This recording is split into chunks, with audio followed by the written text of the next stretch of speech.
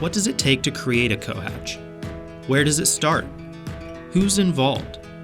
What shapes the uniqueness of each location? That's awesome. In this series, find out the answers to all of these questions and get a behind-the-scenes look at the creation of a COhatch from start to finish.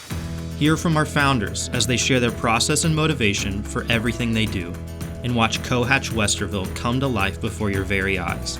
This is Creating a COhatch.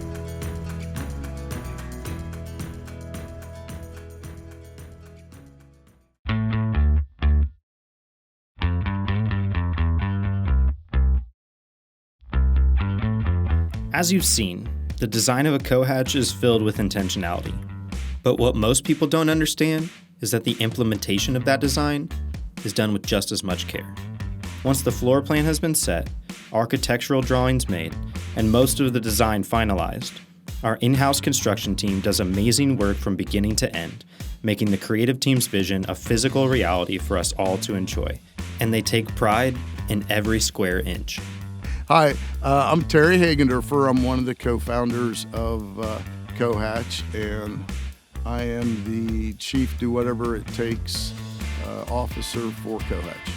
My role is to do whatever is needed to get the job done, to help the members have the best experience and the community have the best experience, make sure the construction goes smooth, make sure that all the contractors are building to the finishes. Josh, my son, and Madison McHugh, they take care of all the construction, basically, for everything from the demo to lining up the contractors, doing the takeoff, to ordering everything, to managing the people. Norman and his crew are the ones that have built every COhatch in Columbus.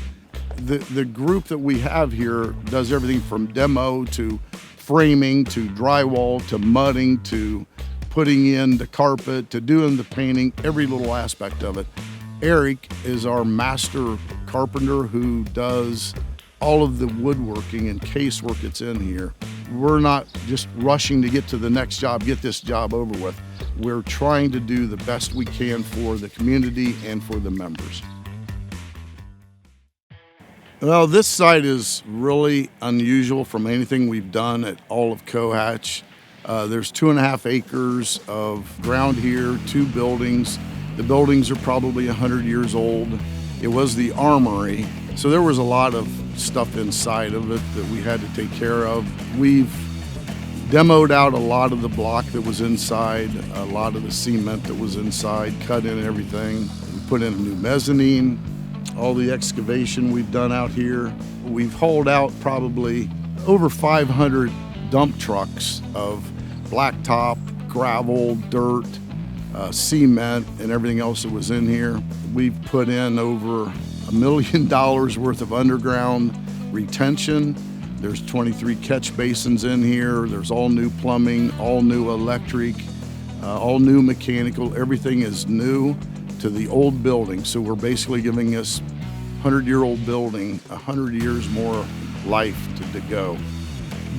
About every step of this project, we've run into certain things that's been unusual or strange. I think we pulled out 5 petrified raccoons, 1 petrified fox.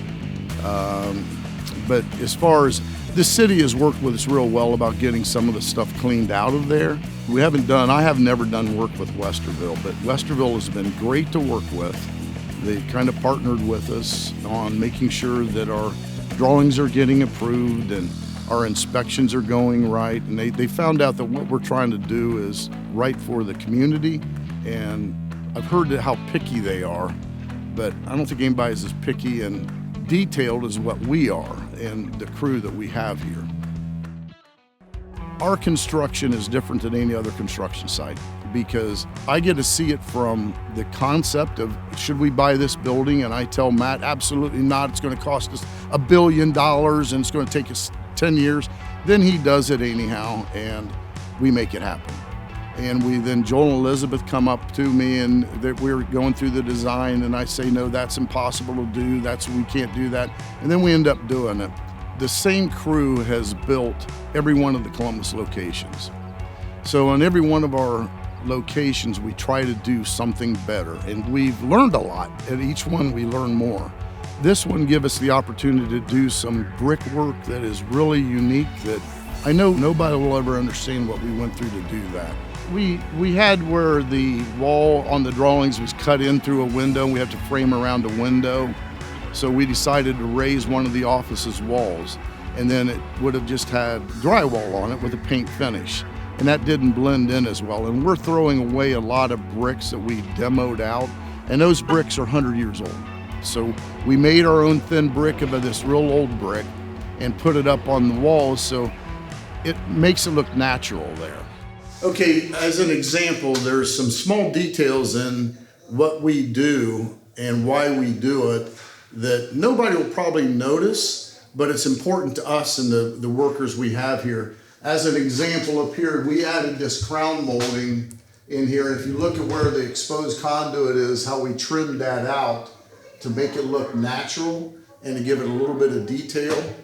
If you look at this brick here, this is actually not brick.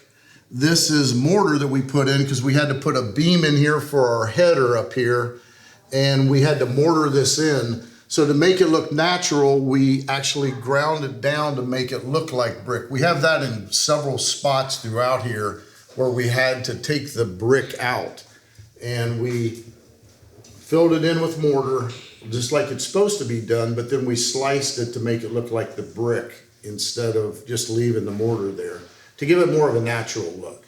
Most people won't notice that, but it's important to us. The most rewarding part of the construction to me is working with the people I do. I get to work with my son, I got to work with Madison, every one of our community managers, every one of marketing, everybody comes here and puts their input into it, and I love working with these people.